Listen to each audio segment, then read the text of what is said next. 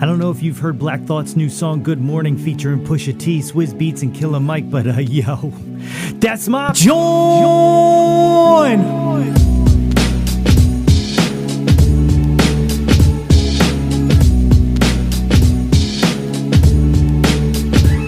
Hey yo, displace the guilt and embrace the pleasure. You taste it. What's good, friends and family, neighbors, near and far? Welcome to the Yo, That's My Jawn podcast, the podcast, website, brand, movement, way of life dedicated to the embrace and championing of your passions. I am your host, Nate Runkle, a.k.a. Captain Nish, a.k.a. Oh, that dude, I know that dude, a.k.a. That's Your Man, a.k.a. Nate 3.0, a.k.a. that feeling in your stomach when you go down the log flume of life, a.k.a. MC to be named later, a.k.a.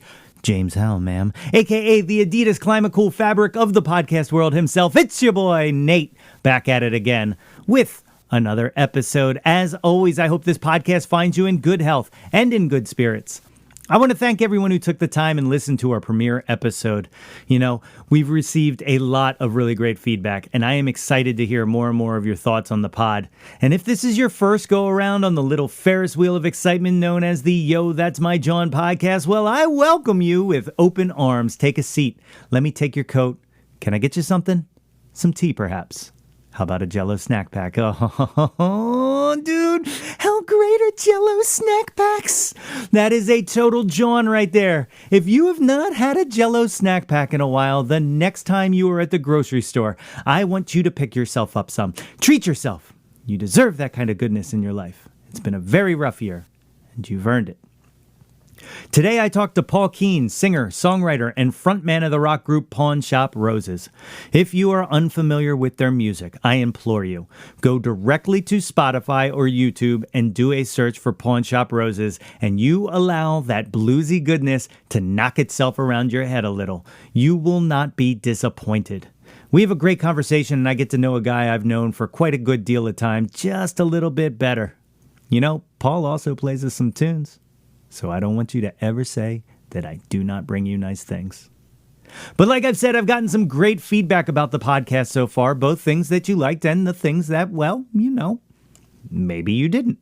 And that's cool. I 100% appreciate it all the same, the good and the bad. I want to hear it. And I'd love for you to continue to let me know what you think of the pod. Or anything, really. What I'm saying is, I would love to hear from you.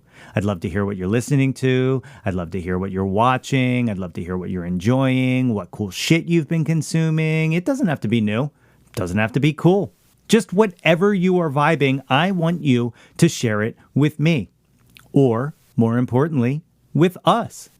Because thanks to our host and sponsor, Anchor, you can now do so and be a part of this podcast. If you go to anchor.fm/YTMJ/message, you can leave an audio message and I will include it in an upcoming episode. If you like, of course. You want me to keep it to myself? And I can do that too. But do it! Leave me a message! Don't make me do this talking all by myself. Join me. Be a part of the Jawn. And together we will rule the galaxy as father and son. Anchor.fm/YTMJ/message.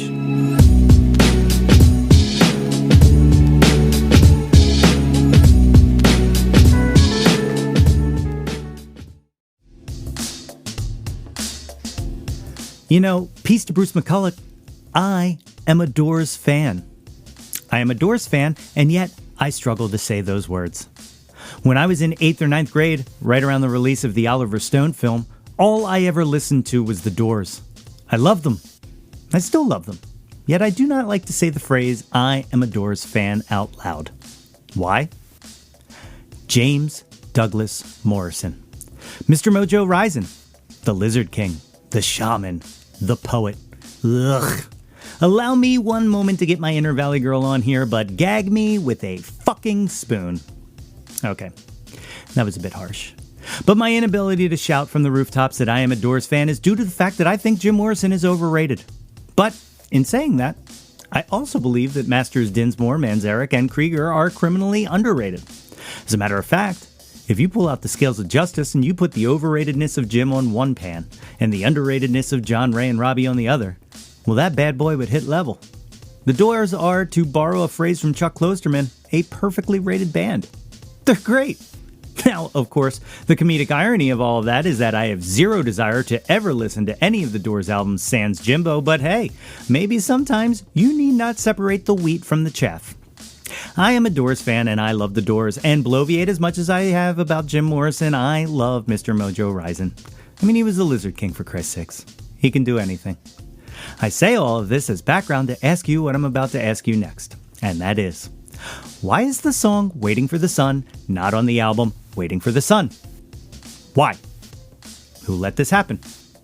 You let your title track be an outtake? You know, I bet it was Jim. And P.S., don't think you're getting away without getting called out about this either, Led Zeppelin. You're gonna put Houses of the Holy on physical graffiti? Really? You're suspect. Anyway, new rule. Don't do that. Thanks. Signed, a Doors fan.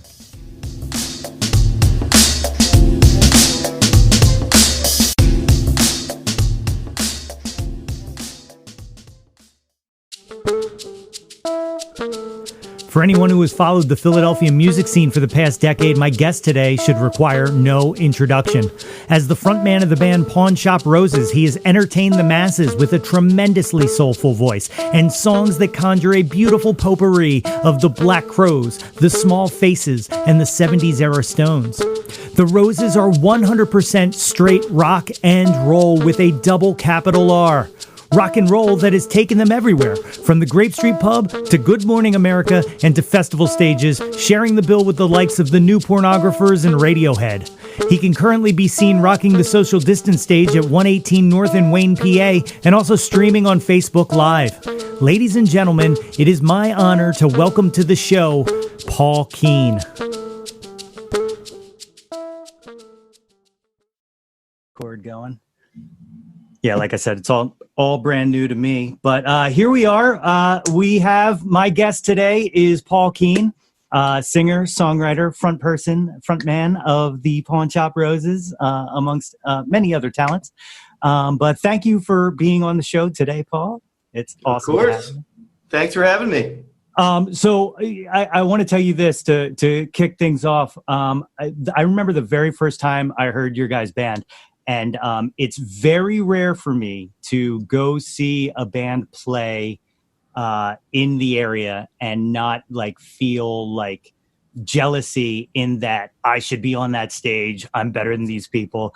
And you guys were like one of the first bands I saw that I had the jealousy just because it wasn't I should be there. It was, holy shit, these guys are fucking amazing. So.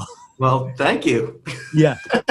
Usually if I see a band that's amazing, I get jealous, oh my God, like we're not as good as these guys or whatever, Yeah. Well, see, for me, what that turns into me is I just go, yeah, no, this makes sense. They should be there and I should be here. Like, But, so where did you grow up and where did you call hometown? I grew up in Kennett Square, Pennsylvania. Grew up next to a couple farms. My dad was a farmer. He worked for a guy and pretty much was like a caretaker of the farm. Took care of the horses and mowed the fields and all that fun stuff in southern Pennsylvania.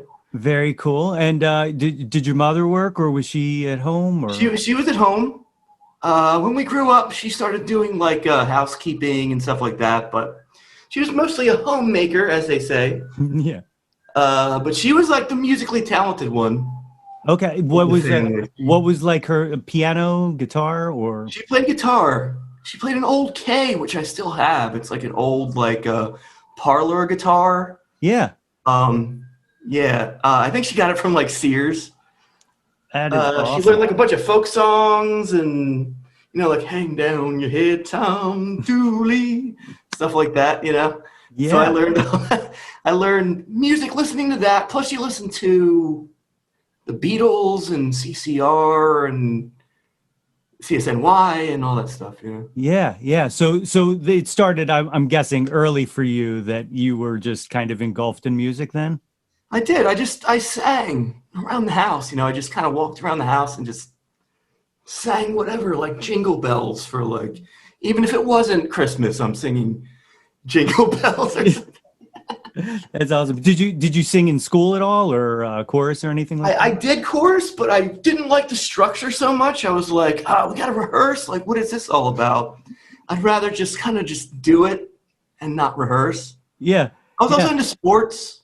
I wasn't like big enough to play football, but I I played ninth grade football. I was like 5 foot 90 pounds or something like that, and just got demolished. But like I love sports, throughout middle school and high school, and then I started getting into music later. I picked up that K, and I started learning stuff. Nice. So like when you did you teach yourself or did you take lessons? I taught myself from Yeah. that folk book that my mom had. Like it had the chord structures and everything like that. So, So that's awesome. What was can you remember like the first complete song you could pull off? oh, definitely, yeah. I was a huge Oasis fan because this is probably like 95, 96. Loving Oasis on MTV. I was like, Wonderwall, Don't Look Back in Anger, Champagne Supernova. I learned Don't Look Back in Anger because it had the chords I already knew. It had like C, G, A minor, E7, F, G, C. I was like, I knew all those open chords, so Yeah. that's how I So, did it. do you have any siblings? I do have two sisters. Are they musical? Not really. No. I mean, all right, so my sister Jackie like can kind of sing. Jackie, if I show this to you, I think you have a good voice, but she doesn't think she has a good voice. Like she's like, I'm going to karaoke tonight. Do you have any recommendations for what I should do? I was like, just act like you're awesome. Like 50% of music on stage is like, just be awesome. Yeah. So there wasn't like a Keen family singers going on, right? There wasn't like a No, there was not much. No, I mean, my mom even won't admit that she is a good singer still. Like she won't really admit that. They're very shy. They're not really into performing. Yeah. So Okay, that makes sense. I get that. So as you were learning early on, is there a point you can remember in your mind where you were like, you know what, this has got to be more than a hobby. This is like, when did it take over? probably, I guess I was a bit in a band in high school called Joe's New Socks, which is like a terrible name, but good guys. And just being on stage and really, coming out of my shell and doing all that. Because, I've always been kind of shy. I'm still kind of shy. But I go on stage and it feels, amazing to just kind of let it go. Because you're not like really thinking about anything but what you're doing. Your mind's not, in all sorts of different directions. You're focusing on your stuff. I was like, man, I would love to do this. I got like a regular job, working like data entry or something. And I got sick of it. I got a gig every Wednesday night in Manayunk at a place called Castle Rocks. And I was making like $300 at the data entry place a week. I was making $100 at Castle Rocks. So I was like, I'm going to quit my job and get two other gigs that pay $100. You know what I mean? Yeah. I have like 3 gigs, $100 a piece. I can make as much as I am, punching buttons. So that's probably when I said, hey, I can do this for a living. Yeah. What kind of songs were you playing at that time? Probably the same covers I'm still doing, like Stones, Beatles, Petty, CCR, Allman Brothers, that kind of, classic rock stuff. Yeah. Yeah. So, also like you were saying, kind of the same stuff you heard around the house and all. So like, Right, exactly. Yeah. I never really got out of it. I got into it and I never got out of it. yeah.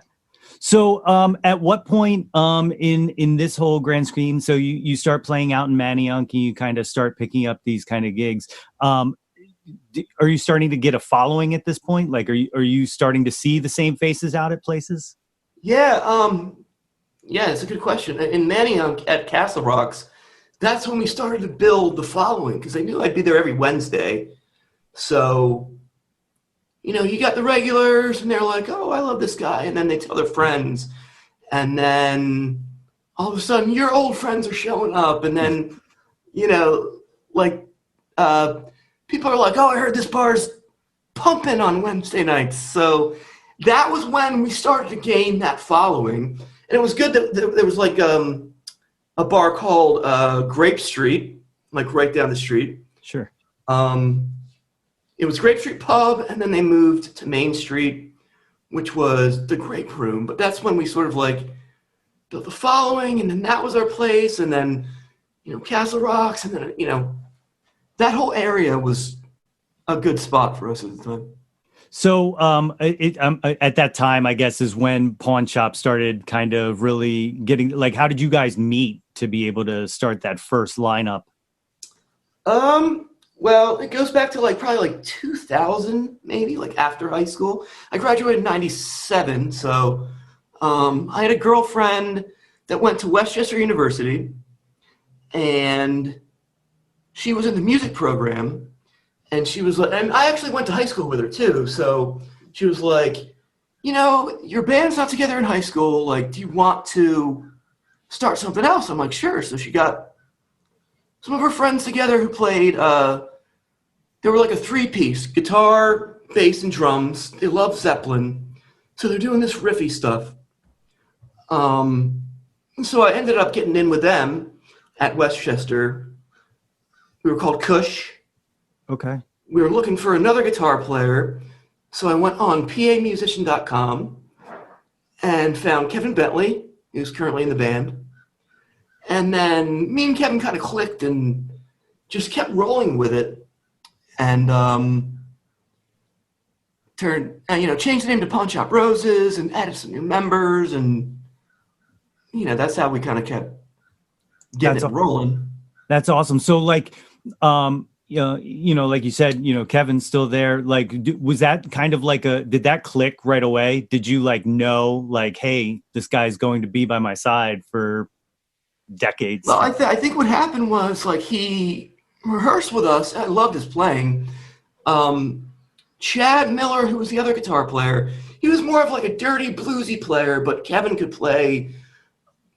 He could play country licks. He could play melodic stuff. He could do all that. And I was like, oh, this is really great. And then he was like, I love your voice, man. Over a bunch of drinks. We're like, hey, I love your playing. I love your voice, man. And then end up being really great friends. And he's like, I'm going to ride your coattails. Obviously, coattails to Castle Rocks. but yeah, I mean, we definitely clicked right away. So prior to this, were you writing music yourself, or in the early days there?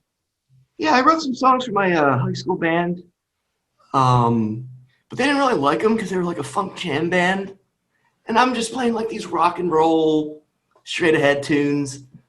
And then I got with Chad, who's in Kush, Chad Miller, and I started writing lyrics to his music. It was like a Page and Plant type thing. Mm-hmm. And then I got better at guitar and started writing my own stuff, solo or whatever, which I still do now. Yeah. Yeah. So I've been writing since I was probably 17. Crappy songs at 17, probably, but sure. Can you remember the first song you ever wrote? I think it was something it moon rhymes with June and something. Yeah. No, I feel you. The very first song, legit full song I ever wrote, was a song about how a chicken cutlet is in the shape of a heart. And it was I'm giving you this chicken. Forget about it. But yeah. Well, we're going that far back. I wrote a song about the Poconos when I was 4. I was like, we're in the Poconos. Just singing acapella in the Poconos. You could probably sell that to the tourist center, and could, yeah. Just live off of that for years. So Pawn Shop starts playing. You guys start getting tight. I'm guessing you're playing what was then Grape Street a lot, right? Mhm. Because that's where I remember first seeing you guys, and that's when the wig went and blew off the back of my head. Well, thanks, man. But yeah. So we were kind of talking beforehand that I did not know that back in 2006 you guys won like an early, really big YouTube contest, correct? We did, yeah. How did that come about? Well, it kind of like happened serendipitously. Big word. My friend Scooter Lammy, who has a movie called Kicking the Dog, and we were on the soundtrack. We had like Fading Out and a couple other tunes on the soundtrack. And he's like, yo, let's just do a live video. So we set up at Grape Room. It was the big one, with a big stage and on Main Street. Okay. And, set up a pro live video shoot with like 12 songs. He edited it really well. It was really good. I was proud of it. And he's like, hey, I know some of these guys, they started this YouTube thing, man. Like, one of my friends has this website. And like everyone knew about YouTube, like with like silly videos and maybe some old music from, that you forgot about that you could watch. But he's like, hey, there's a contest. So we entered. We did like a voting thing, but it was half voting, half like judging. So the judges decided to have different categories. So there was live video, there was scripted video, there was, different types of videos. So, excuse me, we won live video, best live video, and ended up on Good Morning America, which was pretty ridiculous. That's pretty surreal. Did you get to play on Good Morning America? We didn't. They played our video. We were handed like an award called the Golden Mouse Award. Nice. Diane Sawyer was there. Sam Champion. It was pretty surreal. Especially the song's called Get So Hard. It's interesting to hear Diane Sawyer say, Pawn Shop Roses, get so hard. So we made Diane Sawyer say get so hard. That's worth like 20 golden mouse right there. Like totally. Mice.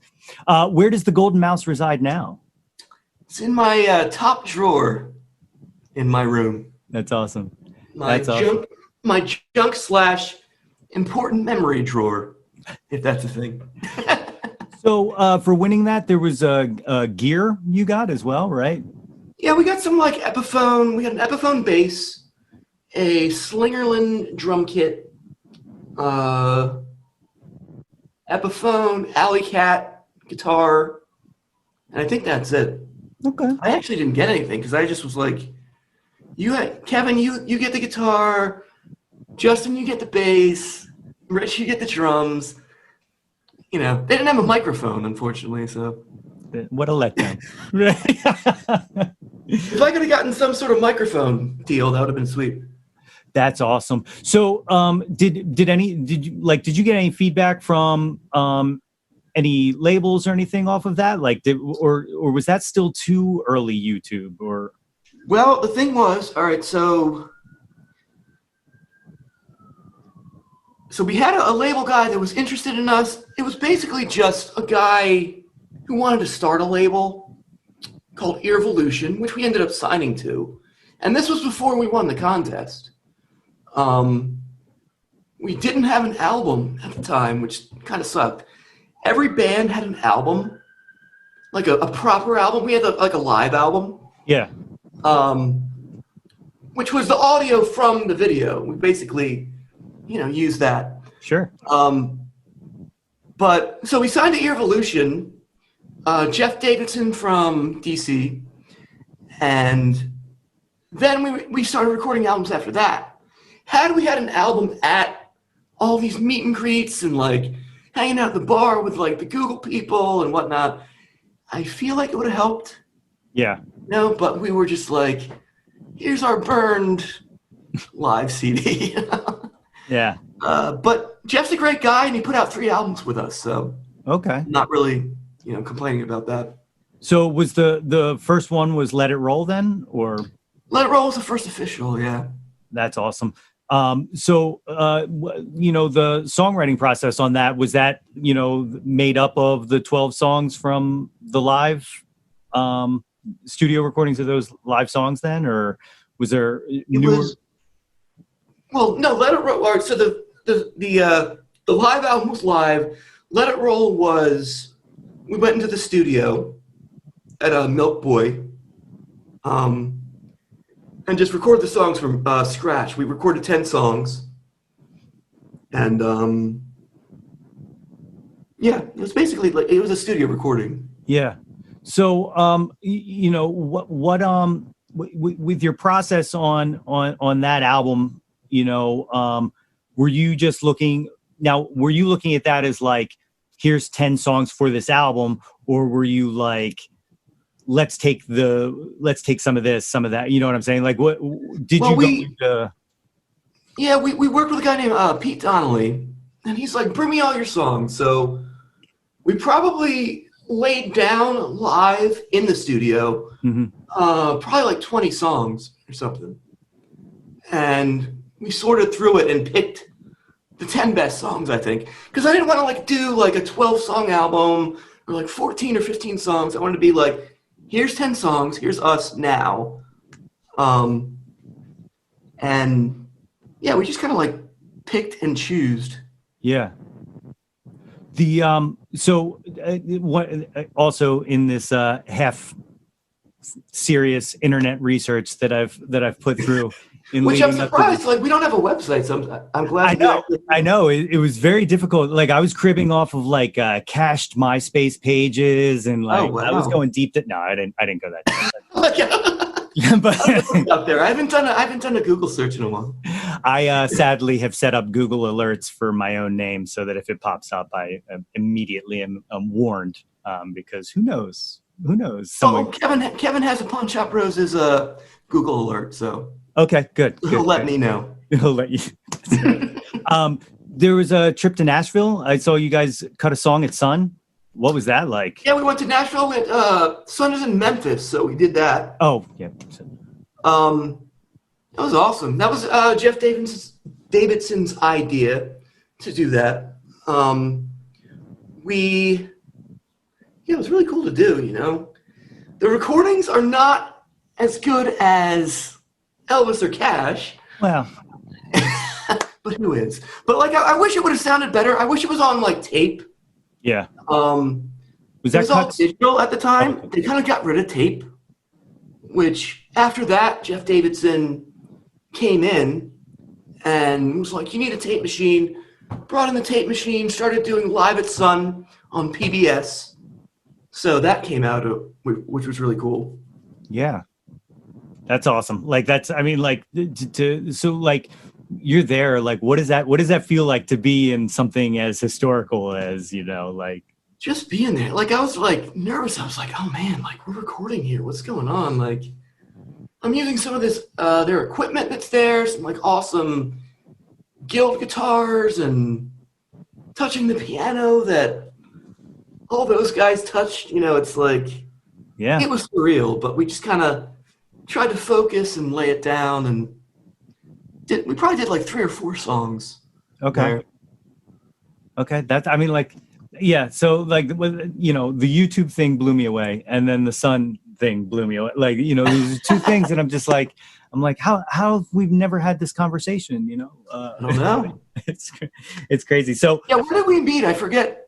We probably met prior to 2006, right? I think so. Or maybe around. Maybe right around there. It would have had to have been somewhere in Manayunk, I assume. I started playing open mics and stuff like that around that time, and just was around and stuff like that. So yeah, I would assume it was then. But okay. Time is, yeah, it's hard to tell. Like I'm like 2006 to like 2020. Like what has happened and when? Seriously, when I was looking this stuff up and I was looking at dates, I was like, that does not track. I don't think that tracks. And then like I'm doing the math in my head and I'm like, oh my God, it does track. That's absolutely bizarre. Yep. We're going to have our 20th anniversary in 2 years. That is crazy. So, think about that. That is crazy. Because our official Pawn Shop Roses name was changed 2002. I feel like I met Kevin in 2002, and then, the ball rolled from there. Yeah. So, following Let It Roll, what would be the next release? Is Solid Gold after that, or? It was Versions. Okay. So we did, some of the songs were from Sun. Some were from Kawari Sound. We did 2 different versions of Secondhand Love. There's the soul version and the country version. So that's why we called it Versions. It's just different versions. I actually had the idea at first. I was like, what if we record 5 different versions of the same song? But that didn't happen, obviously. How far did you take that? Just the 2? I probably have 3 or 4 versions of Secondhand Love. Okay. I'd be very interested to hear that. That sounds very, very, very special. I like that. Yeah, it's interesting. That's cool. Not just jumping past things, but just kind of tracking the path here. So then Solid Gold, which I want to talk to you about because the horns that open up the album are like a punch in the face. It's like happy. It's so good. Who's that horn section? Where did that come from? It's Jay Davidson, who, if you look him up, he played with like Cinderella, Tina Turner, like all these big names, local Philly guy, great arranger. He arranges everything, the sax, the trombone, the trumpet.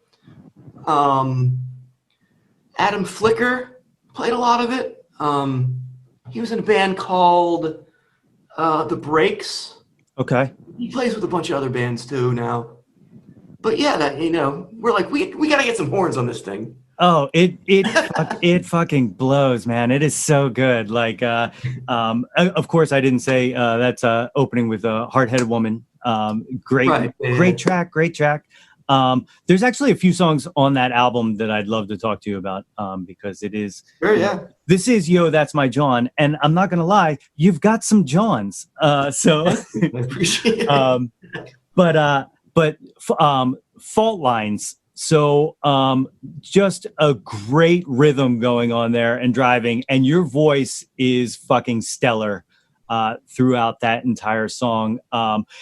Is there anything behind like what the process was on writing a song like that? Because it kind of sounds like it might have started as a jam, but is that something? It did, yeah. All right, so Zil Fessler, who had joined the band at that point, he's our drummer now.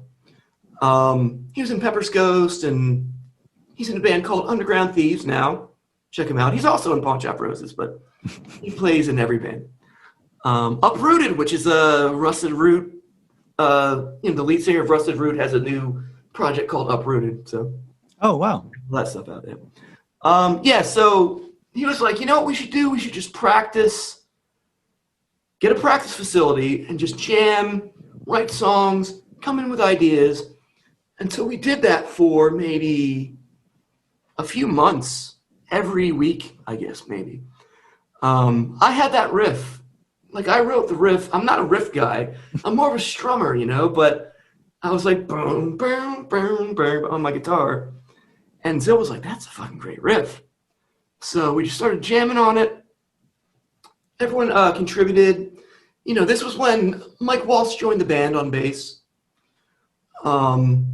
And yeah, it's definitely a jam. Yeah. I didn't have any lyrics forever either.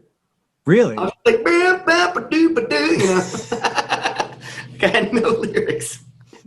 So I was like, you gotta write those lyrics. So eventually I wrote the lyrics. End of times lyrics. Yeah. Fault lines, stuff like that. Yeah, I think speaking of Mike Walsh, I think the first song from that album I heard was he during those sessions played me The Shakes. And Yeah. yet another song that I'm just like, the second I heard it, I was like, yep, that definitely goes. That's it. That's another one that was definitely a jam. We just kind of, I think one of us just went, and then like everyone just, pitches in and it just kind of like fell together. Yeah. And then the third thing that my third Jawn on this album, like, first of all, don't get me wrong, the album is full of Jawns, but I'm just going through my tops. I'm going through my tops. Top Jawns. But Take Me As I Am. Tell me a little bit about that, because that's a very soulful song. Is that something you had written and brought to the group, or? Well, that was something that we had a mountain retreat writing session in the Poconos, by the way. Oh. And Robbie Bennett, who's now in War on Drugs, he was in the band for a little bit on keys.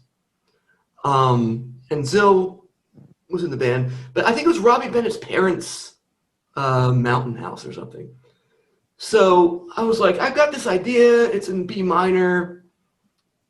Jammed on it, recorded it. And then I think Zill was like, I really like this one. He sent me the audio file with me just going, but just because that's how I write lyrics. I just kind of like fill in the blanks with nonsense and then try to fill in the lyrics. So me and Zill actually sat and wrote that song lyric for lyric. He's like, it sounds like you're saying this. Write that down.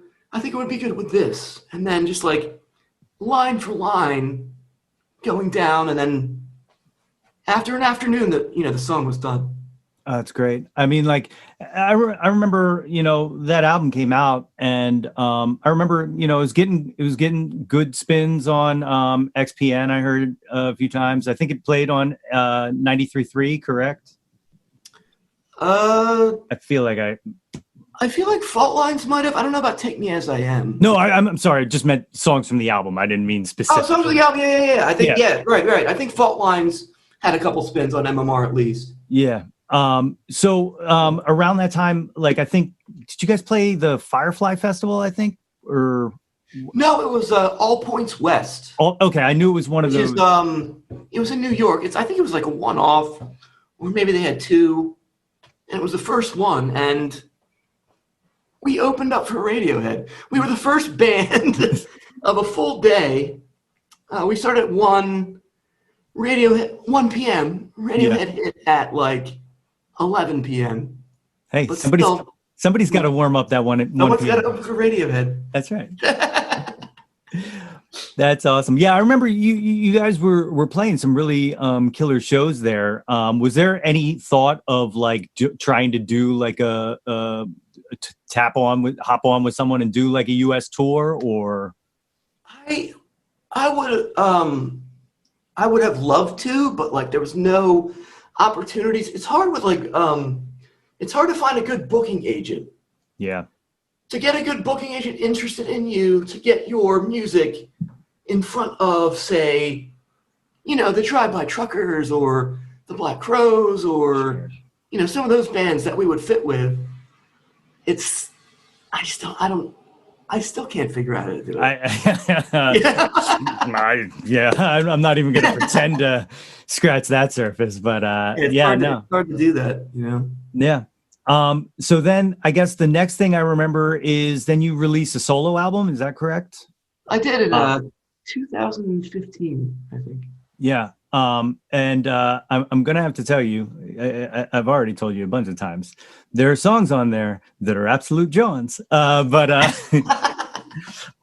one in particular, and it hits really hard. And I literally, in talking to people about doing this interview and you being a guest on the show, when people ask me like, well, is there anything I would know or anything I would like? I play them Ballad of a Self-Destructive Sucker, because I think it sums up the being a Philly musician so well. like just the life lived is there's so much in there. Can you tell me a little bit about writing that?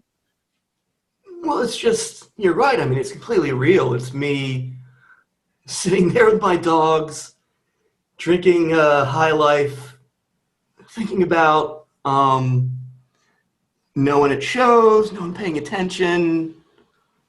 I had this little finger pick thing, ding, ding, ding, in A, and that one just kind of like wrote itself. I was just like, I opened up the floodgates, and it just kind of came out, Yeah. Yeah, no, it's so great. Like, and it's a very vulnerable song because, like you were saying, like talking about like no one at shows or no one paying attention and stuff like that. Is like everyone in this area, right? Like you can be the most amazing person, and you're playing to the back of someone's head, and the bar owner asking you to turn down. Like there's just so much in there that's just like right. Yeah. It's so relatable. It's such a good song. And then Bright Lights and Late Nights is another one on there that just absolutely swings. Like I dig that so much. I actually wrote that. I started to write that. We were in Nashville staying at some friends' houses who basically like met us in a bar and were like, yo, we've got a place up down the street. Y'all want to crash? And we ended up like staying like the whole time there. And every time we go to Nashville, we stay with these guys. Tony and Big Dave are their names. All right. So I woke up hungover on the floor. I mean, I was sleeping on the floor anyway, but and I woke up, I was like, Bright Lights and Late Nights are going to kill me someday. And it just kind of rolled from there, That's awesome. So, it is considered a solo album. Who is playing on that album? Like, were you just bringing people in where needed, or did you have like a set backing? It's mostly Pawn Shop Roses. Oh, okay. But also, actually, I should say mostly Pete Donnelly, who produced it, because he plays drums, he plays bass, he plays keys. He did some like some synth stuff, which I wasn't so into. At first, I was like, I don't know about the synth stuff. And he was like, no, trust me on this. And it's very tasteful. Yeah. So it's like half him doing everything and half Pawn Shop in a studio, laying down stuff. Yeah. So, that relationship with Pete, like, how did that come about? Like, where, like, because he seems pretty integral to the Pawn Shop mythos, if you will. Yeah. He definitely is. I think he's in a band called the Figs, and they played at Grape Room. Actually, the old Grape Street Pub, a lot. They're like a 3-piece, sound like kind of like the Who-ish, Stonesy. Just 60s rock, basically. And he was like, yo, man, I've got a studio. Love to work with you. So then we started talking and ended up working with him. Yeah. I brought him all the songs. He's like, I like these songs. We did Let It Roll, the solo album, and a couple songs off of Versions. Okay. That's awesome. Yeah, good guy. He's still doing stuff. He lives in upstate New York now, I think. Okay. So that's like where I kind of lose track. So like what happened happened next? Like where's everything at? Well, we are writing now. I want to put out some singles. We put out a Christmas single, which I don't know if you heard. I saw that. We've got a song called Sunshine. We did like a socially distanced COVID video of that with the 5 of us, like on the screen in separate houses. I'd love to record that. I'd love to do a song called I Want to Know Everything. I'd love to get a website back. Yeah. I feel like what happened was we kind of broke up at some point and then started doing cover gigs as Dead Flowers. And it kind of made us not as focused on the original stuff anymore. Because it's like when you start making money gig to gig, you're not really planning ahead for an album or like whatever. But now I think you're going to see a single by the end of the year. Okay. Or early 2021, which is probably better. 2020 sucks. Yeah. You don't want anything tied to this year at this point. So you mentioned Dead Flowers. That's the Stones tribute band, right? Right, Is that all Stones, or do you mix anything else in that kind of fit? Mostly Stones, but we do mix in, our favorites, Beatles, CCR. Sure. Classics. Everything that your mom played on the K. Right, exactly. No, that's awesome. So, speaking of 2020 and the worst year in the world, what have you been doing as a working musician to kind of make your way through the pandemic? Like, I know early on I saw you were doing streams, which were, an amazing way. Was that profitable at all, or did it help? Well, it's one of those things where it starts out really good. All your friends donate, and then it starts to like sort of so money goes down a little bit. Yeah. If I can be frank. Because like everyone's like, oh, I already donated, which right, man, like, I totally understand that. But luckily I got a job at a music school in January, teaching 1 to 3 year olds actually. That's awesome. Which is interesting because like when I first got the job, I was like, wait, so these kids can barely walk and talk, but I'm going to teach them music.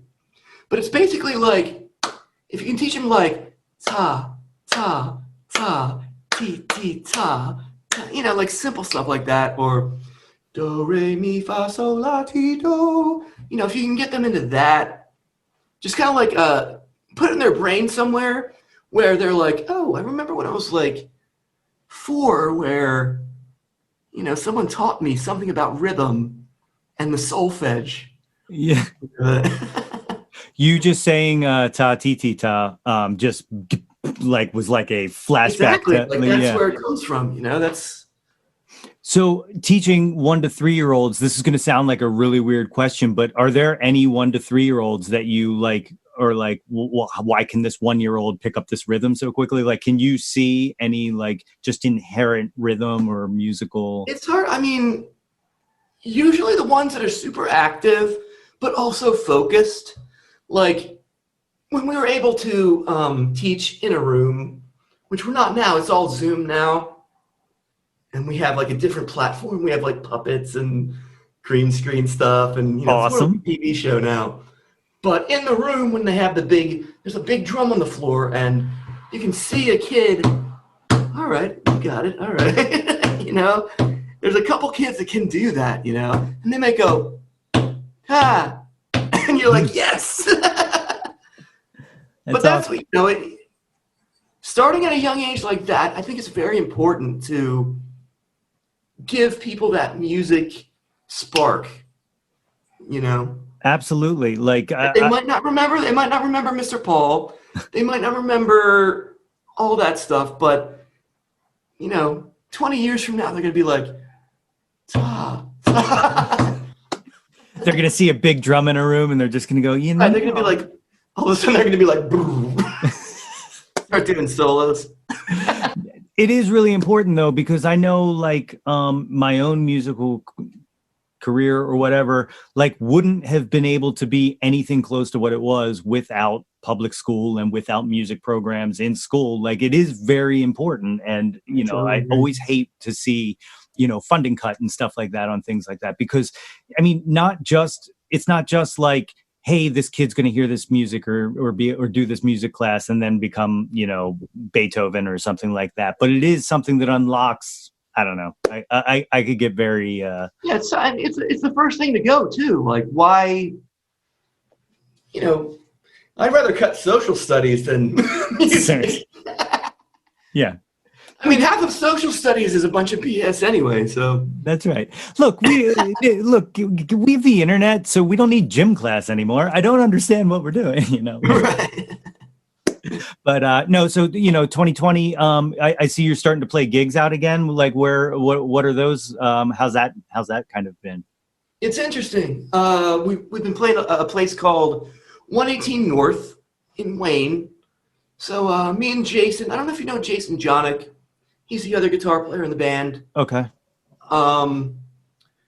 So they kind of like open up the windows in the front, and we sit there, and people are outside. Some with masks, some not.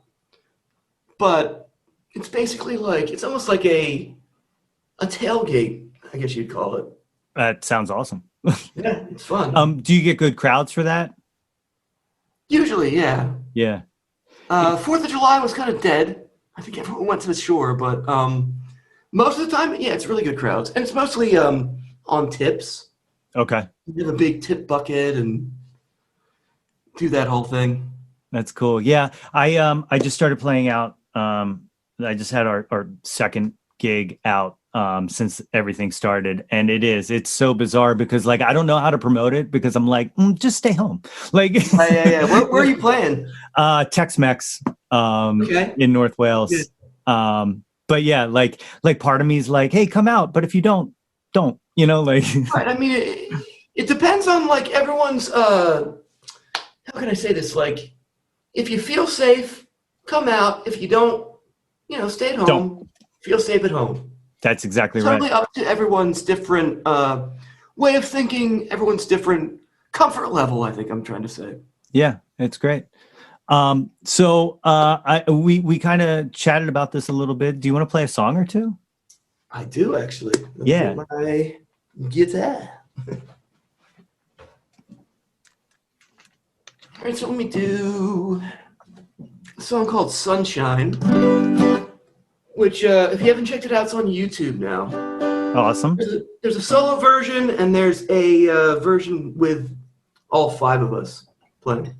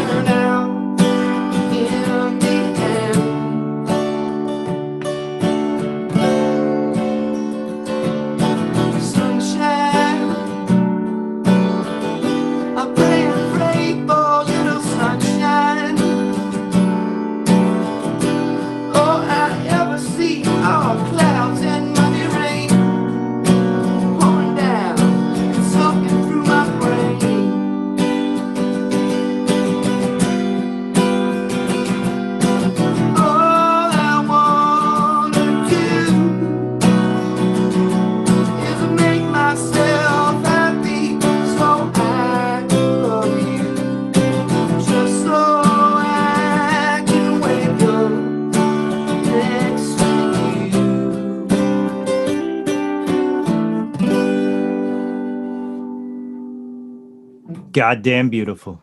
Thank you. That is goddamn beautiful. I love it.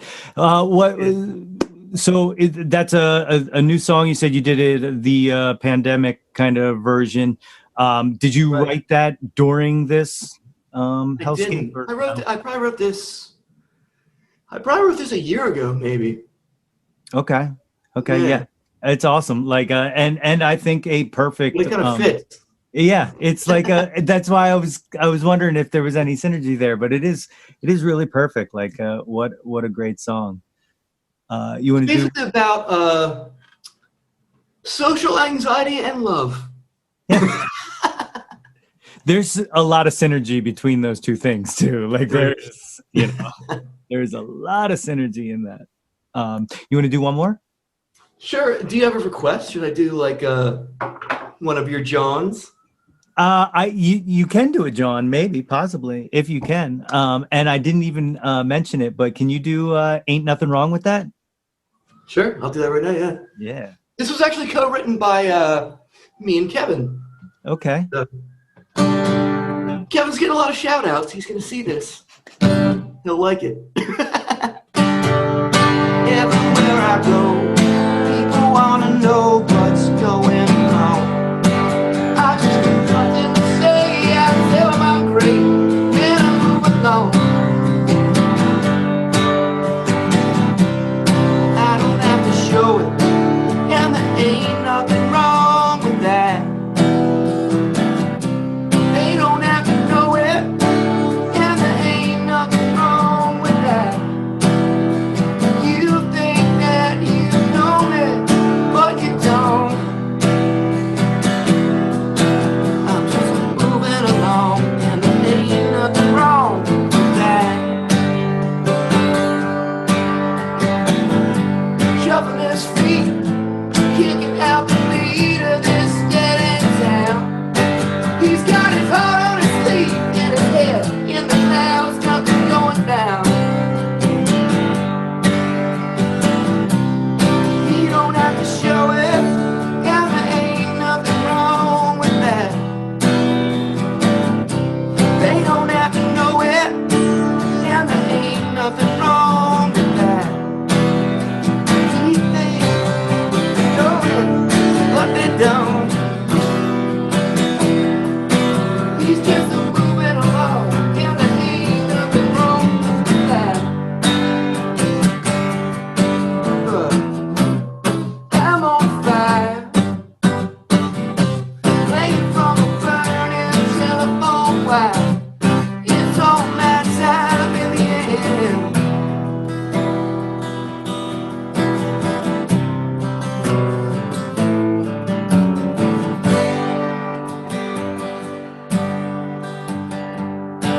Everywhere I go, people want to know what's going on. I just got nothing to say. I tell them I'm great, man, I move along. Everywhere I go, people want to know what's going on. Everywhere I go, people want to know what's going on. Everywhere I go.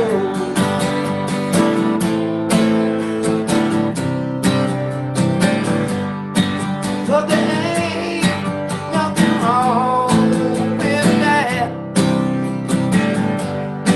No, there ain't nothing wrong with that. Everywhere I go, people want to know what's going on. Yeah, brother. I love it. All right. People want to know what's going Jawn. Let's go into synergy. Yeah, I love it. This is like that moments like that where people remind me that I have a brand that I forget about all the time. It always I really like the name of the podcast, by the way. It's good. well, thank you very much. I threw out a lot of really bad names to come up with that one. So no, it's perfect with the logo, like MTV Raps, and No, it's great. That's awesome. Well, now comes the time where I get to put you through the gauntlet that we call the top 10 countdown. These are just 10 questions. There is no right or wrong to any of these. They're mostly personal things. If there's anything that you need some time to think about, take your time. There is no rush. We're just going to go through it. These are the top 10 countdowns. There is no rush. And by the way, there is no rush on my countdown. No rush. No. We'll talk about that later. I hope I didn't offend you, but maybe I did. All right. Just a little. Only the high school version of me, the adult version of me is a little more level-headed, but Okay. high school version of me, we'd be out in the parking lot. All right. For the first of the top 10 countdown, number 1, what was your first Jawn? What was the first thing that you were just ridiculously obsessed with? Obsessed with like probably Oasis. I just was like, that's what I want to do. That's amazing. I still to this day listen to that Oasis Unplugged performance, mostly because I'm an enormous Noel Gallagher fan, and to hear actually him sing those songs as opposed to Liam is something. I actually, when that aired, I hit record on the VHS and the tape deck.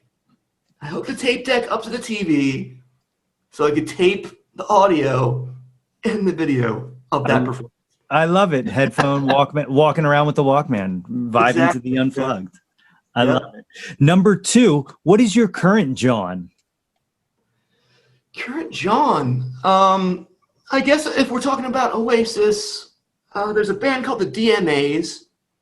They're from Australia, but they sound like they're from England.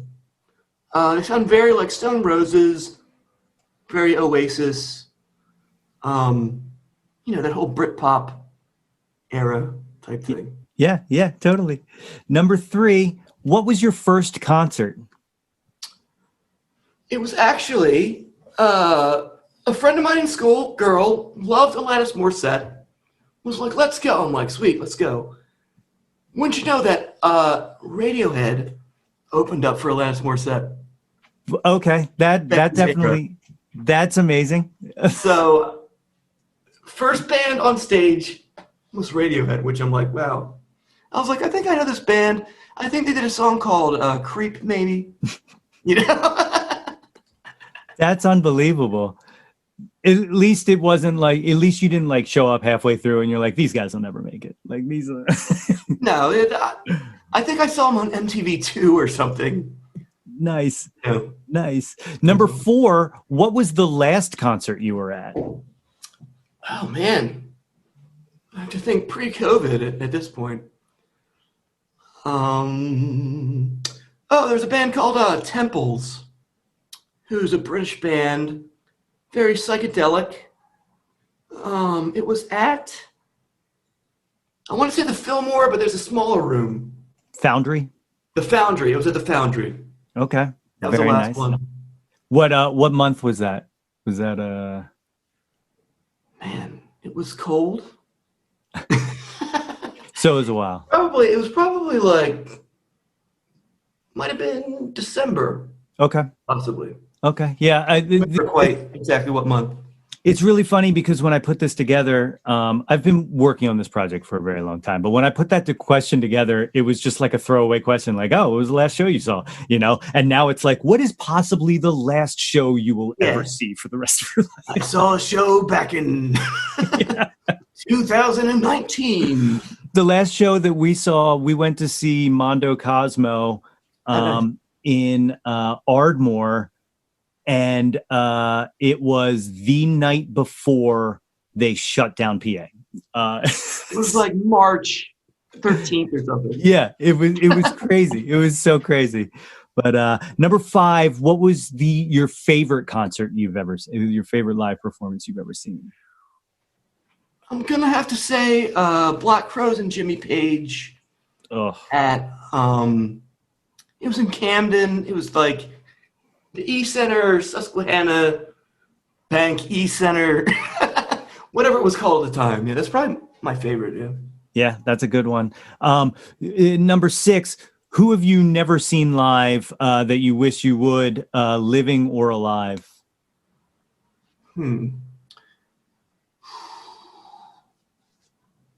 I'd love to see the Stones. I can't afford it because it's like $1,000 for like a ticket.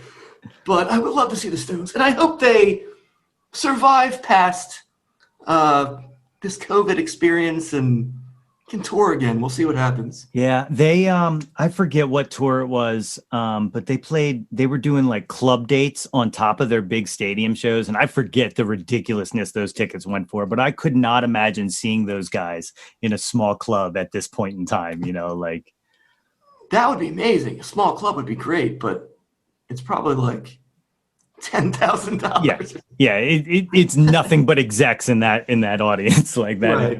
Yeah. They're like, who's this band again? Right. I think they're called the Rolling Stones. Number 7, what is an unappreciated Jawn that you love? Unappreciated. There's a guy named Terry Reid. He actually, Jimmy Page thought about him as the lead singer of Led Zeppelin before he met Robert Plant. But Terry Reid actually decided to do something else. Like his solo stuff, which is really good, but unappreciated. Okay, I will definitely have to check that out. Number 8, what's your favorite album?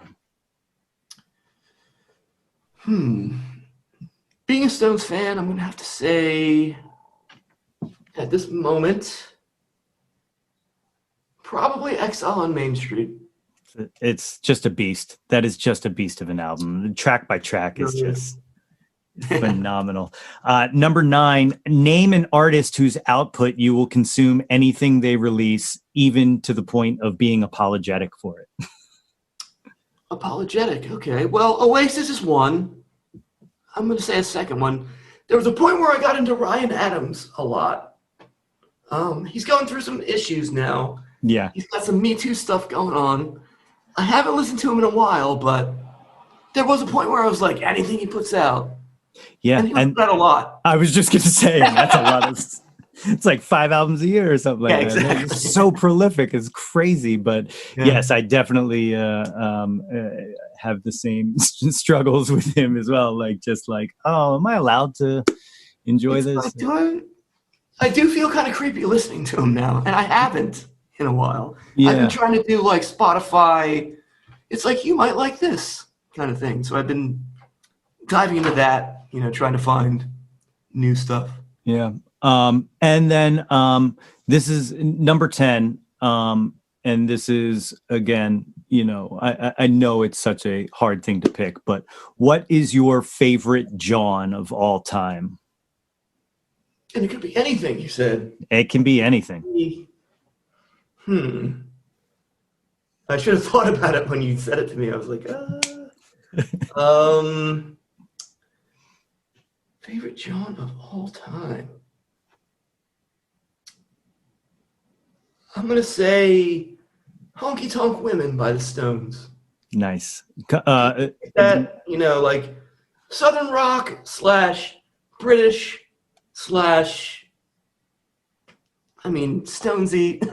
Yeah. It's just, it's dirty, it's country, it's rock, it's everything. It's a great song and a great choice. These last few, these are the, so that was the top 10 countdown. I'm still working on trying to make this maybe play a sound or something like, hey, he did it. Yeah. But these that we tack on at the end, these are called the one-hit wonders. These are just very quick, rapid fire. Do not put too much thought into any of it. Number 1, Hagar or Roth? I'm going to go with Hagar. Really? Interesting. Okay. Biggie or Pac? Pac. Okay. Nirvana or Pearl Jam? Ooh. Pearl Jam. Good choice. Beatles or the Stones? I have to say Stones. I figured you would. And it's also the correct answer. Very close second, though. Yeah, of course. But on the Beatles tip, favorite Beatle? It changes from day to day. I'm gonna say Lennon. Yeah. And this one, much like the Ryan Adams conversation we just had, does have a little bit of an asterisk on it, but Prince or MJ? I'm definitely going to go with Prince, not because of the Me Too or anything. I'm just going to say Prince. Yeah, good choice. It's weird because growing up, I was a big Michael Jackson fan, to the point where I had a long ponytail. I dressed like the Way You Make Me Feel video, but like 3 years too late. Like it was not cool anymore. Like that's the kind of fan I was. But in retrospect, like I just listened to so much more Prince. Like it's just his output was something incredible.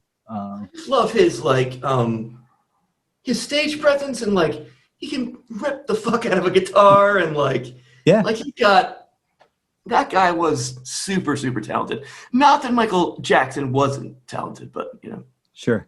Well, speaking of talent, sir, you are incredibly talented as well. And I want to thank you for doing this and putting up with my dumb questions. Is there any way that how can people find you on the internet? You said there's no more website, but what's the easiest way to find out what's doing? There isn't. Go to Facebook, look up Pawn Shop Roses, which is the original act, Dead Flowers, which is the Stones' Jawn, Instagram, I'm on there as Pkeenez, Pkeenez. YouTube, look up Sunshine, Pawn Shop Roses, new song, and that's probably good. I'll try to get some links in the notes for all of that, for people to be able to just click and make it as easy as possible. But again, brother, I thank you so much for doing this. I really do appreciate it. And of course, yeah. I hope it wasn't too intrusive. No, this is my pleasure. Like, what else am I doing? That's true. We're all kind of like trying to fill up some time, I guess. That's exactly right. Well, again, thank you. And I hope people enjoy this. Yeah, no, I had a great time. Thanks again to Paul Keen for chatting with me today on the podcast and blessing us all with some songs. Sorry, pardon me. Jawn's. Blessing us with some sweet, tasty Jawn's. You can check Paul out with his Stones cover act Dead Flowers at Screwballs in King of Prussia, PA on September 11th from 9 to 1, and as an acoustic duo with Rose's guitarist Jason Jonick on September 12th at the VFW in Conshohocken, PA at 6 p.m. You can also find him on Instagram at Pkeenez, which I can't believe I didn't think to ask. Is that a dick joke?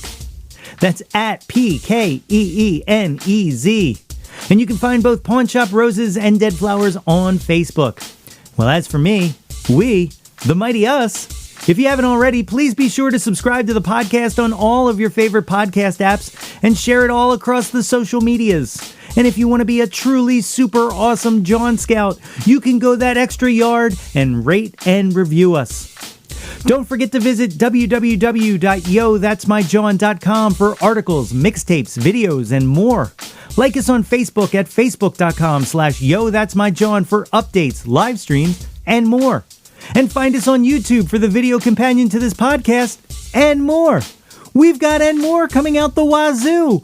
Like and subscribe the heck out of that ish. What are you waiting for? We want to hear from you. Reach out and touch some Jawn. But that's all we got for you this week.